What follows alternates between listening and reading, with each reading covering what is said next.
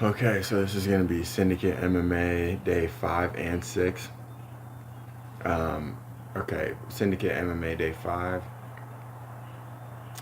There was really only one, like, crucial technique that I felt like I learned, and it was when you get into a 50, when you get into a 50-50 position, eventually down the road, like, I'll just show these techniques like on video. I'll have somebody to work with me and I'll just show them. But you get into a 50-50 over underhook, and let's say I got this one as an overhook, and this one's under. Well, like I'll get nice head position, and then instead of just trying to fight and pummel in and get another underhook, like I'm just going to swing this arm out and basically put it on the side of their head, and basically like I have a wizard, like an overhook, and now like I've created some space. Like instead of trying to clinch, like I have a little clinch, but with this wizard, but I'm actually like pushing their head away, and so it's like vicious knees can come from there. Like you can just push them off you and get back to stance. And that day and today, I got, I keep getting thrown. You know what I'm saying? Like, dudes just like I'll go to grapple with them. I'm already kind of tall. And I'm not really realizing, like, just because I have an underhook or something, I gotta be lower, because dudes are just like taking the arm drag, turning around, and just throwing me, literally just throwing me. And like I was like, one of the guys is a mixed guy. He's real cool, and he was throwing me, and I'm like, damn, and he was just out wrestling me, like out grappling me. Like, I can survive with my jiu-jitsu on the ground, and usually like create something, if not go for a submission. Like I can usually bump and maybe even get on top, get to side control. I found a couple submissions in the no-gi classes, and so that was the main technique for day 5. Now, since then, I went to Drysdale's open mat on Saturday, so I've kind of been like going back and forth. And Drysdale's is in the middle of a camp, like a training camp, getting ready for Pans, which I'll know today if I'm going to that or not. It's the biggest jiu-jitsu tournament in the world, as far as I know. So, and that's in LA. That's not this Saturday, but next Saturday. And so I would be going as a white belt unless somebody decides to give me a blue belt till then, and before then. But that competition class was hard. It was a bunch of rolls. I got some gi, some no gi.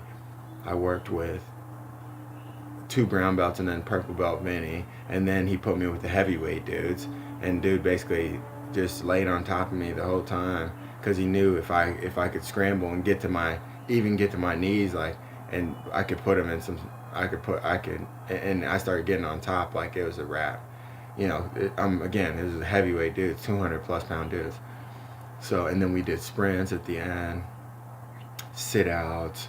We're doing sit outs in between the rounds, and got to do push ups and burpees. So that was taxes. That was definitely taxes.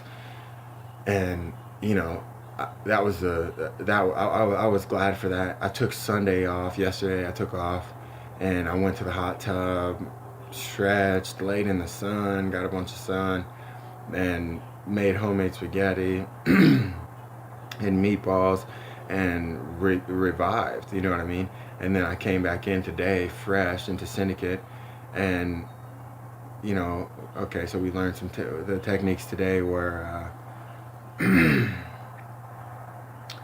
one person's going to shoot, the other person's going to sprawl and stuff the head and then keep, if they keep working for if they keep working, keep driving for the leg, they're trying to take you down, they're trying to get that leg and then fold you over. Well, you're going to continue to sprawl, get your legs all the way out, stuff the head, shoot the arm in and go for the darce. But before you get the darce, you roll them over onto their shoulder, and then you can sink it in a lot. You can sink it in a lot deeper after you roll them over onto their side. They're a lot more vulnerable.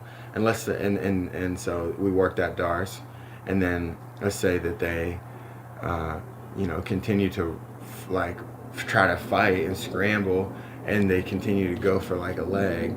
Well, then you can go from north south. You can go to north south and come back around the other side. He showed like this real nice like okay, so you're going for the darce, they continue to scramble, you go north south, you go around to the other side, and then you basically stuff an arm through and get them in like a full Nelson. It's like you get them in a full Nelson, and then you can start playing with the other arm. I straight armed them, or go for a Kimura Americana.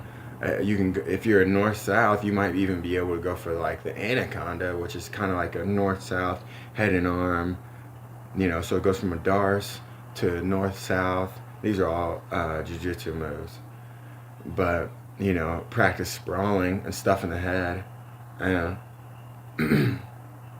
So that was the main technique that we learned today. And, it's just adding to the toolbox, you know what I'm saying? That's all that this is. I'm coming in fresh and trying to stay, as fresh as possible.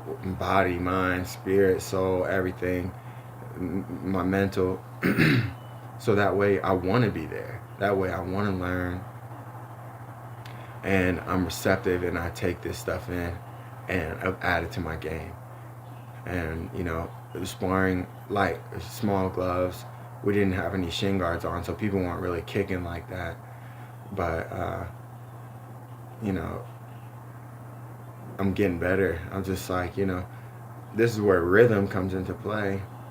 Like, timing, being able to feint, mix it up, change levels, feint again, set up attacks with other attacks. Before, I was just like, because I am pretty decent at counter striking, but that don't mean that you should just wait. At the end of practice, he's talking about creating opportunities, and you gotta have to work to create an opportunity. Like, a lot of people just want to play their game and just wait for an opening, but if we're both doing that, there ain't gonna be no openings. And that's how people go to decision. You got to be willing to create opportunities and smart enough to defend yourself the right way when you do create those opportunities. And what I noticed today was that conditioning that I had done at Drysdale's helped for today. These guys are like I'm ready to do the move, I'm ready to do the technique over and over and over and over again to really drill it. And each time it's getting more fluid. He shoots, you stuff the head, boom, you shoot the arm in. You get the grip, sprawl out, roll them over to the shoulder, sink it in. And then again and again. Sparring with Tom Lawler, and and another real big guy. He's a pro. He had this not real nice fake low come up with a high kick. He didn't kick me, but he could have clipped me well because I dropped my hands. So it's just you got to pick and choose. Rather, I'll take a nice body shot than get smacked in the head with a vicious kick. It might not be able to recover from something like that. So, but rhythm, sprawling, shooting, okay, we do rounds all right, go, light sparring, sprawl, okay, double underhooks, go, and then you work, you go to the position, the situation, and then you work live. All right, one person's gonna shoot, and then when you guys get on all fours, then you're gonna go live. So it's like a mix of a flow, and then boom, you're gonna go into these live positions. But it's coming along well. It's already pretty long. I just try to squeeze everything into this one, but it's going well. It's going well. Stay tuned. Peace.